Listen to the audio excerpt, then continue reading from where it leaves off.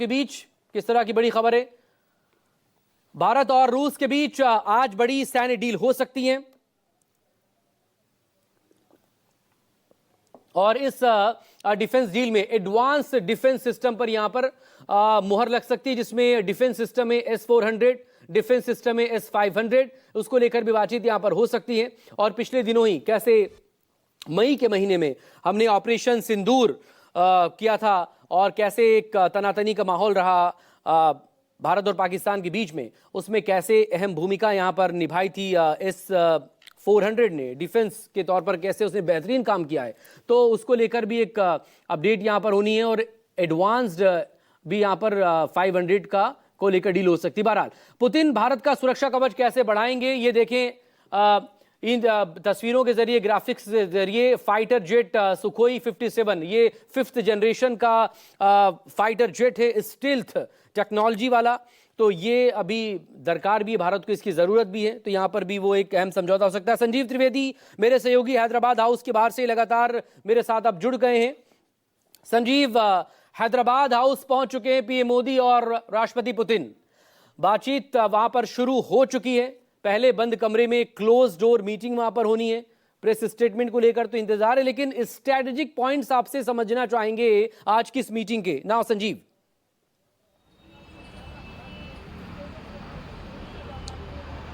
देखिए, इस वक्त जब हम हैदराबाद हाउस पर मौजूद हैं और यहाँ ठीक मेरे पीछे हैदराबाद हाउस के भीतर राष्ट्रपति पुतिन और प्रधानमंत्री मोदी दोनों वार्ता कर रहे हैं। और जैसा कि आपने बताया है कि जो पहले दौर की बातचीत होगी वो रेस्ट्रिक्टेड लेवल की बातचीत है और इस रेस्ट्रिक्टेड लेवल की बातचीत के बाद फिर से डेलीगेशन स्तर यानी कि प्रतिनिधिमंडल स्तर की वार्ता होगी, जिसमें तमाम जो प्रतिनिधिमंडल है वो एक तरफ भारत का और दूसरी तरफ रूस का प्रतिनिधिमंडल बैठेगा।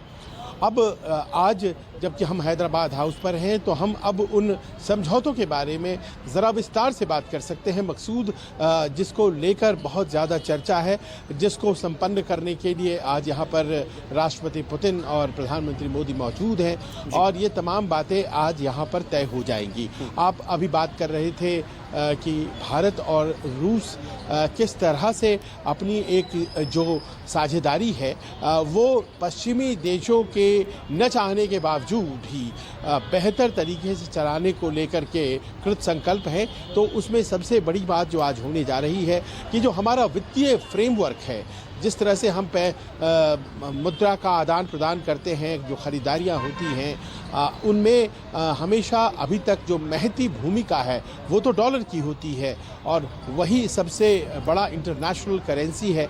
लेकिन आप भी जानते हैं मकसूद की जो भारत, चीन और रूस है, डिपेंडेंस ऑन डॉलर को कम करना और ख़त्म करना ये उनकी एक प्राथमिकता सी बन गई है। और यही वजह है कि आज की तारीख में अमेरिका इससे नाराज़ रहता है।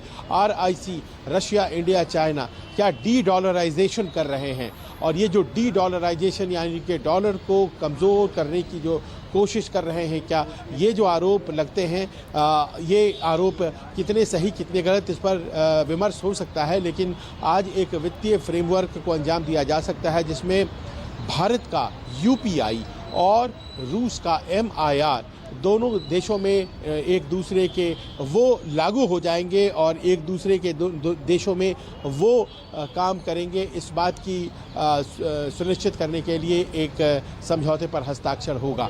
वित्तीय फ्रेमवर्क अगर आदान प्रदान का सीधे तौर पर बैठ जाता है तो आप समझ सकते हैं कि व्यापार में कितना लाभ पहुंचाएगा, क्योंकि वो जो डॉलर है उसके ज़रिए व्यापार करना प्रतिबंधों के साए में बहुत आसान नहीं है और इस वक्त रूस बड़े प्रतिबंधों से गुजर रहा है।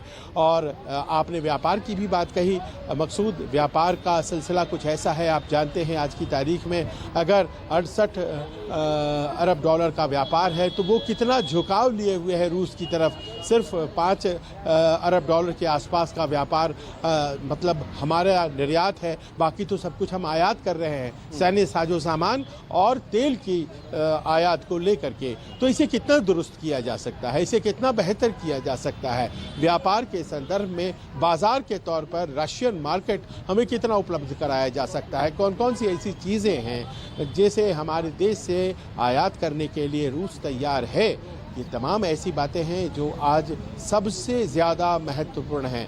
हम सैन्य और बाकी चीज़ों की बात कर लेंगे, सिविल न्यूक्लियर डील की भी बात कर लेंगे, लेकिन व्यापार एक ऐसा मुद्दा है जो कि टैरिफ हमारे ऊपर जो लगा है अमेरिकी, उसके बाद बहुत महत्वपूर्ण हो गया है। मकसूद, संजीव प्लीज मेरे साथ बने रहिएगा, लगातार हम आपसे बात करते रहेंगे।